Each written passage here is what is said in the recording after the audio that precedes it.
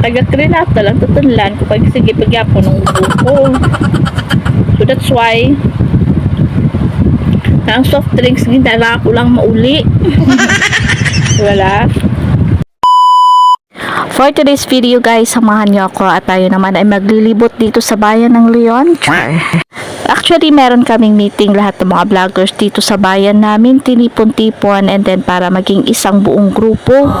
Kasi marami kaming goal na dapat namin gawin para sa bayan namin and then of course para na rin makatulong sa mga nangangailangan. So yung trabaho namin is hindi lang pabebe, hindi lang pasikat at hindi lang pang viral or pang trending, kundi tumutulong din kami. Kaya eto lahat kami. So syempre hindi ko na rin binidyoan lahat, no. Syempre naman para naman kahit pa paano may privacy naman yung iba. So ayan po at nakarating na ako dito sa bahay and then gutom na gutom ako kasi nga walang nagyaya sa akin na kumain. Char. Etchosa. Hindi, nagmamadali talaga ako umuwi kasi nga kumakati yung lalamunan ko, inuubo pa rin ako at walang karaydan ng ubo-umbot na lang gilid. So kaya itong papaya na lang ang kinain ko for today's video. So samahan niyo ako at tapusin ko lang ang kinakain ko habang nakikinig kayo sa mga ginawakal ko. Char. So hanggang dito na lang muna tayo guys. Thank you again for watching. This is your Mommy Jen saying bye. Kaka-inspire bala, no? Ngaraka mamit mo. And then sa pag-vlog wala ka mamit. And then laka mo may mahimo para sa inyong banwa.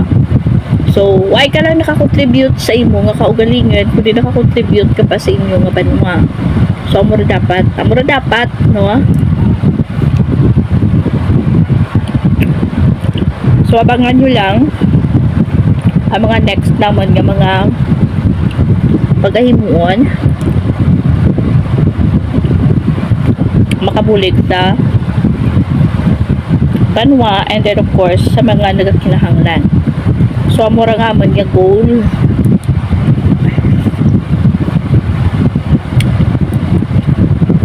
namit kita na kang kapayat.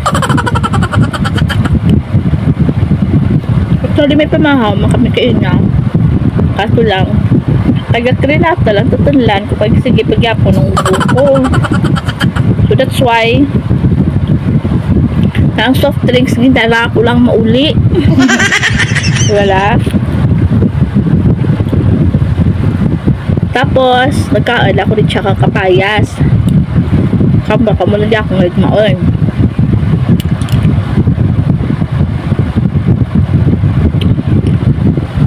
So tapos din naubos rin.